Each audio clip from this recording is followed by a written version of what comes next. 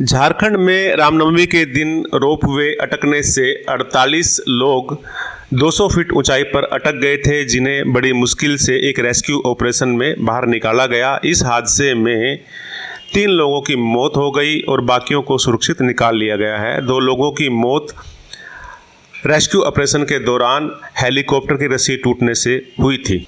हादसे के बाद अब देश भर के रोपवे की सुरक्षा को लेकर सवाल खड़े हो रहे हैं, क्योंकि झारखंड के देवघर में चल रहे इस रोपवे पर भी आरोप लग रहे हैं। बताया यह जा रहा है कि इस रोपवे को देखभाल करने वाली कंपनी ने इसके रखरखाव की ओर उचित ध्यान नहीं दिया और इस वजह से यह हादसा हुआ है। बताया तो यह जा रहा है कि इसके सेफ्टी नॉर्म्स के ऑडिट समय समय पर उचित सही तरह से नहीं हो रहे थे, जो कि हादसे की एक बड़ी वजह मानी जा रही है। यह भी बताया जा रहा है कि रोपवे पर घटना वाले दिन ट्रॉलियों में ज़्यादा लोगों को बिठाया गया और ज़्यादा संख्या में ट्रॉली ऊपर भेज दी गई। इस वजह से भी यह हादसा हुआ। केंद्रीय गृह सचिव ने देश भर के सभी रोपवे परियोजनाओं की समीक्षा करवाने और यह सुनिश्चित करने के निर्देश दिए हैं कि उनके रखरखाव और सुरक्षा मानक सही हों, जिससे आगे इस तरह के हादसों को रोका जा सके। रोपवे को लेकर अक्सर छोटे मोटे हादसे होते रहे हैं, लेकिन इस तरह का हादसा पहली बार हुआ है।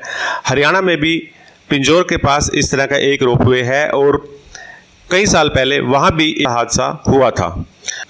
विशेषज्ञों ने लोगों से यह आग्रह किया है कि जब भी वह रोपवे में बैठे तो एक बार उसकी सुरक्षा रिपोर्ट की ऑडिट जरूर देख ले, जिससे यह सुनिश्चित हो सकेगा कि इस रोपवे ट्रॉली में सफ़र करना उनके लिए ठीक है या नहीं।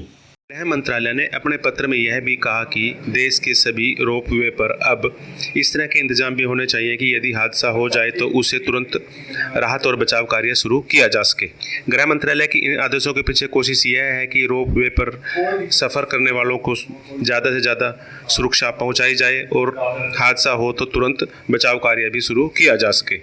ऐसे में अब हम सब की भी जिम्मेदारी बनती है कि जब भी रोपवे पर जाएं तो इस तरह के इंतजामों पर ज़रूर ध्यान दें और इसके बाद ही हमें रोपवे पर राइड करनी चाहिए। यदि इस तरह के इंतजाम कहीं नहीं हैं तो ना सिर्फ हमें उनकी शिकायत करनी चाहिए, बल्कि इस तरह के रोपवे पर राइड करने से भी बचना चाहिए, जिससे हम खुद भी सुरक्षित रहें और हर कोई सुरक्षित रह सके और इस तरह के हादसों को रोका जा सके।